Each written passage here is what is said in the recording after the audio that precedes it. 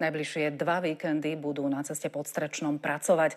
Ide o úsek, kde začiatkom februára spadlo viacero skál. Práce naplánovali tak, aby čo najmenej obmedzili premávku.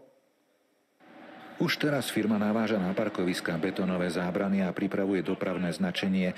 S osádzaním bariér na cestu začnú v piatok večer a skončia v nedeľu ráno. Každý deň sa bude pracovať iba cez noc od 20. do 8. hodiny ráno. Obmedzenie bude v jednom jazdnom pruhu, ale aj úplné odstavenie na nevyhnutný čas pri zabezpečovaní týchto prác. Betónové zábrany s vysokým plotom chcú osadiť na asi 200-metrovom úseku. Tak, aby sme dokázali z hora potom pospúšťať to, čo je najhoršie a vybudovať tam zariadenie, ktoré dokáže eliminovať pády tých úlomkov skál a tých balvanov. Na skale musia vybudovať aj feraty, aby sa v horolezeckom teréne mohli bezpečne pohybovať.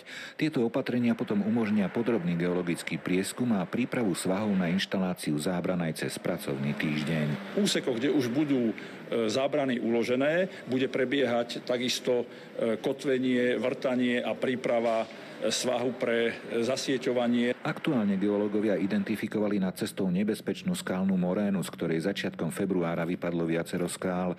Podrobnejší geologický prieskum má odhaliť aj prípadné ďalšie nebezpečné útvary.